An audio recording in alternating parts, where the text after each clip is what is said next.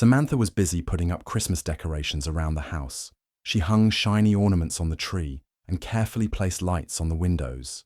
As she worked, she heard voices coming from the living room. It was Brittany and Janice, talking quietly but loud enough for Samantha to hear. "I don't think Samantha should get any of Dad's money," Brittany said. "She's been so selfish all these years." Janice nodded. "Yeah, she doesn't deserve anything. We need to make sure she gets nothing." Samantha stopped what she was doing. Her heart felt heavy and cold. She couldn't believe they were saying such things about her. After all the time and love she had given to the family, this felt like a deep betrayal. She stood still, unsure if she should say something or just listen. The Christmas decorations around her, which usually made her happy, now seemed sad and empty. The warmth she hoped for from her family was gone. Taking a slow breath, Samantha decided to stay quiet for now and watch closely. She needed to understand what was really going on. One thing was clear. This Christmas would be very different from the others. Samantha sat quietly in the living room after hearing Brittany and Janice's harsh words. She looked around at the decorations she had just put up, feeling a heavy weight inside her chest. For years, she had worked hard for her family. She had given them so much. Time, money, and love. And now it seemed like none of it mattered. She thought back to all the sacrifices she had made. When their father lost his job, she took on extra work to help pay the bills. When Brittany and Janice were in school, Samantha often helped with their homework, even when she was tired from her own work. She remembered the late nights she stayed up making sure the house was clean, the holidays she planned so everyone could be happy, and the times she put her own dreams aside to support the family. Samantha also remembered the money she had given to the family over the years. She had lent money to help fix the roof, pay for repairs, and cover unexpected expenses. Sometimes, she had even covered costs for Brittany and Janice's little things without asking for anything back. She thought about how she had always believed that family meant supporting each other, no matter what. Now, hearing Brittany and Janice talk about cutting her out made Samantha feel invisible. She realized that all those years of giving had not been appreciated or noticed. It was painful to think that the people she cared about the most wanted to push her away. Her mind raced with questions. Had she done something wrong? Why were they so angry with her? She wanted to believe they still cared, but their words felt cold and harsh. Samantha wiped a tear from her cheek. She knew she needed to be strong. This was not just about money or gifts. It was about respect and love, things she had always tried to give freely. Now, she understood she would have to fight to protect herself and what she had worked for. For the first time in a long time, Samantha felt alone, but deep inside, a small voice told her she was stronger than she thought. She had been through hard times before and had always come out stronger. This time would be no different. Samantha took a deep breath and stood up. She decided that she would not give up on herself or her family so easily. Whatever was coming next, she would face it head on. The house looked warm and festive that evening. The tree lights twinkled softly and the table was set with care. Everything looked perfect from the outside, but inside, Samantha felt like she was breaking apart. Everyone had gathered for Christmas dinner. Douglas sat at the head of the table, carving the turkey and making small talk. Brittany and Janice chatted with fake smiles, laughing a little too loudly. Samantha sat quietly, smiling when expected, nodding when someone spoke to her, but her thoughts were far away. She kept hearing their words over and over in her mind, how they wanted to cut her out, how they said she didn't deserve anything. It was hard to look at them the same way, but she knew she had to pretend everything was fine. She didn't want to ruin Christmas for everyone else, especially Douglas. The clinking of silverware and the smell of food filled the room, but Samantha barely tasted anything. She looked at the faces around the table, people she had loved for so long, and now she felt like a stranger among them. Brittany smiled at her and asked if she wanted more mashed potato. Samantha nodded politely and said, "Thank you." She kept her voice calm and steady, even though her heart was beating fast. Janice made a joke about something from their childhood, and everyone laughed. Samantha forced a small laugh too, even though she felt nothing. It was like she was acting in a play, pretending to be part of a happy family. Douglas seemed happy, unaware of the tension beneath the surface. He spoke kindly to everyone, including Samantha, and she felt a pang of guilt for hiding the truth from him, but she didn't know what else to do. She wasn't ready to confront Brittany and Janice. Not yet. As dinner went on, Samantha stayed quiet and watched. She noticed every glance between Brittany and Janice. every time they avoided looking at her. She could see something was still going on behind her back. By the time dinner ended, Samantha felt exhausted. Pretending to be okay was harder than she thought, but she knew she had to stay strong a little longer. She needed to understand everything before making her next move. Tonight, she would keep the peace. Tomorrow, she would start planning.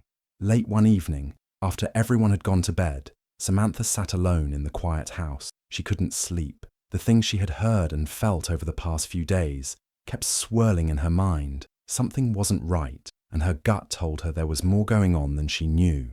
As she walked past Janice's room, she noticed the door was slightly open, and Janice's laptop was sitting on the desk, still open. Samantha hesitated. She didn't like the idea of snooping, but something pushed her forward. She needed answers. Quietly, she stepped inside and sat down in front of the laptop. She opened the browser and saw that Janice had forgotten to log out of her email. With shaking hands, Samantha clicked. At first, it was just regular emails, nothing strange. But then, a message caught her eye. It was from someone named Marcus.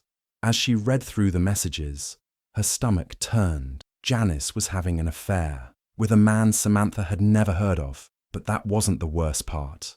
The emails talked about money, plans, and getting rid of the problem. Samantha read one message where Janice said, "Once she's out of the way, everything will be ours." Feeling sick, Samantha kept digging. She found files showing money being moved out of shared family accounts, money that should have been used for the house or saved for emergencies. Janice had been secretly transferring funds to another account under her name. Thousands of dollars had disappeared over the last year. Samantha's hands were cold as she sat back in the chair. The betrayal was deeper than she thought. It wasn't just mean words or jealousy anymore. This was a planned and cruel deception. She carefully took photos of the emails and documents with her phone, making sure to capture everything.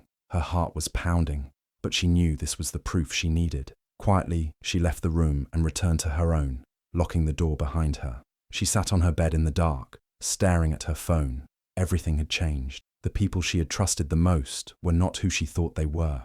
Now she had to protect herself. Whatever came next, Samantha was no longer in the dark. She knew the truth, and that meant she could start taking back control. The next morning, Samantha couldn't stop thinking about what she had seen on Janice's laptop. The affair, the stolen money, the cold, heartless words.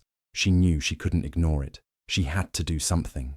After getting dressed, she stepped outside and drove to a quiet coffee shop. There, she searched online and found a local lawyer who specialized in family matters and financial disputes. Later that week, she sat in the lawyer's office, nervously twisting her fingers in her lap. The lawyer, a calm and serious woman named Ms. Turner, listened carefully as Samantha explained everything. She talked about the years she had spent taking care of the house, helping with bills, and supporting the family. Then she shared what she had overheard and what she had found on Janice's laptop. When she finished, Ms. Turner sighed and looked over her notes. "You've done a lot for this family, Samantha, but legally, it's complicated," she said gently. "You don't have your name on the house title or the main bank account. That makes things difficult if they try to push you out." Samantha felt a wave of sadness wash over her. She had given so much for so long, and yet she had no legal claim to show for it. "So what can I do?" she asked quietly. Ms. Turner leaned forward. "Right now, the best thing you can do is gather more evidence.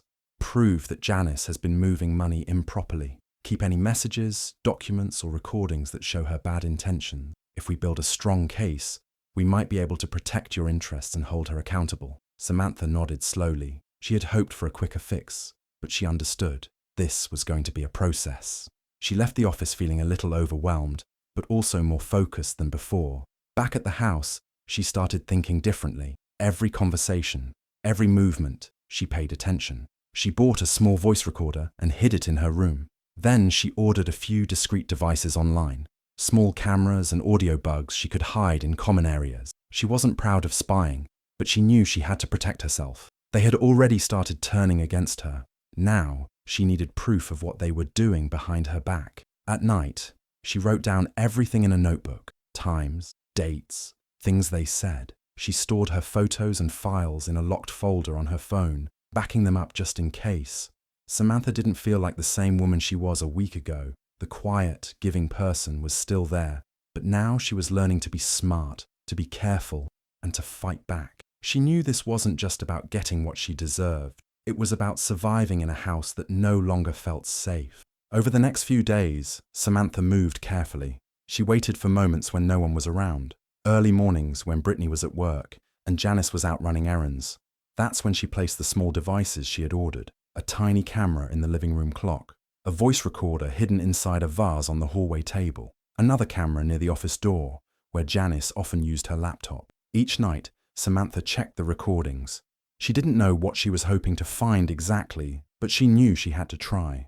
Slowly, the pieces started falling into place. One afternoon, she watched a video clip where Janice took a phone call in the living room. Janice didn't know the clock was recording her as she leaned back on the couch, smiling.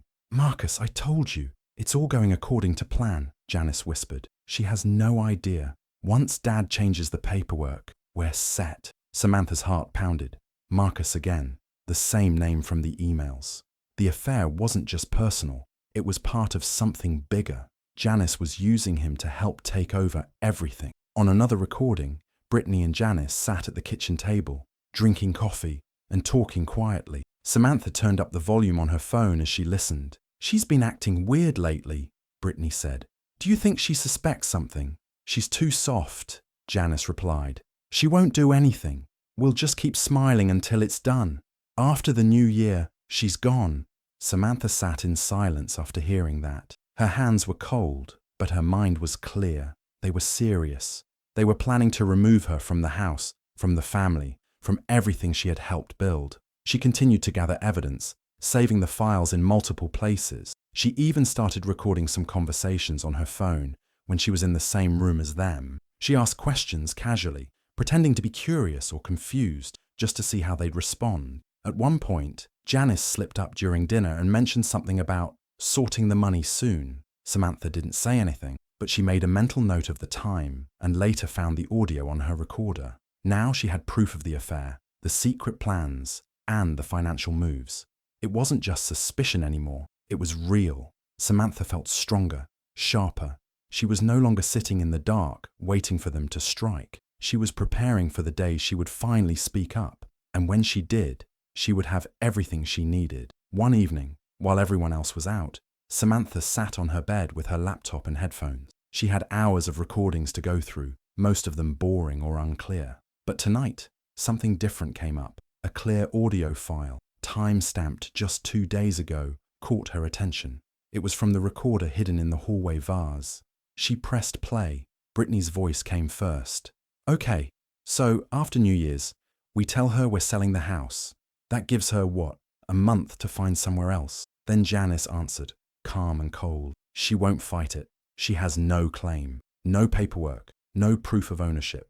She'll have no choice but to leave." Samantha froze, her hands clenched into fists as she kept listening. "I still feel a little bad," Brittany said, sounding unsure for a moment. "She's been here forever. Don't start feeling guilty now," Janice snapped. "She's not even real family. She just attached herself to us after Mom died. Dad only kept her around because she was useful." Useful. The word echoed in Samantha's ears. All those years of cooking, cleaning, helping with bills, taking care of them when they were sick, reduced to useful. "I just want to make sure Dad doesn't get suspicious," Brittany said. "He still thinks she's part of everything." "He won't.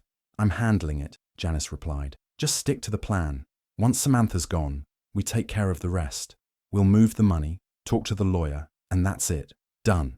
Samantha sat in stunned silence, her breath caught in her throat. There it was, everything laid out clearly, not just unkindness or jealousy, but a plan to erase her from their lives completely. She played the recording again, making sure it was clear and understandable. It was. Anyone could listen to it and know exactly what was going on. This wasn't just betrayal, it was confirmation that her place in the family had always been conditional. The love she had given so freely wasn't returned. They saw her as a burden to get rid of. But this time, Samantha wasn't going to walk away quietly. She had the truth now, and the truth was her power. She saved the file and backed it up again. The pieces were all in place.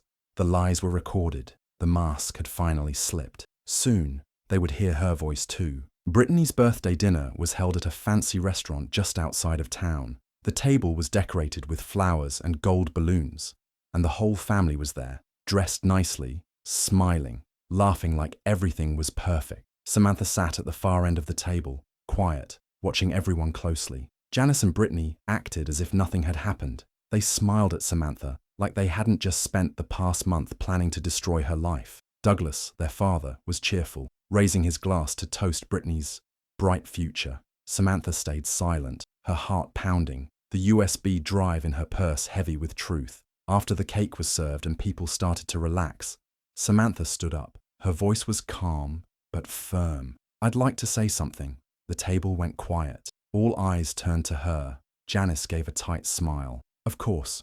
Go ahead." Samantha pulled out the USB and handed it to Douglas. "There are some things you need to hear," she said. "It's all on this drive. Recordings, emails, proof." Douglas looked confused. "Proof of what?" Samantha looked at Brittany and Janice. "Of how they've been lying to you, of how they've been stealing money and planning to push me out of the house." The air in the room changed instantly. Brittany laughed nervously. "What are you talking about?"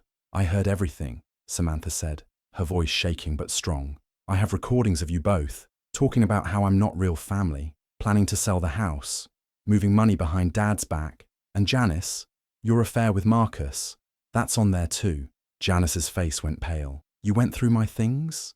You were planning to destroy my life," Samantha snapped. "I had every right to protect myself." Douglas stood up slowly, holding the USB in his hand. "Is this true?" he asked, looking at Janice and Brittany. Neither of them spoke. "Answer me," he said, louder this time. Brittany started crying. "We were just talking. We didn't actually do anything as—" Janice interrupted. "She's twisting everything. She's trying to make us look bad." "I don't have to twist anything," Samantha said. "Your own words did that." The restaurant had gone silent. Other diners were staring, but no one at the table noticed. Douglas looked heartbroken. He shook his head and walked out, taking the USB with him.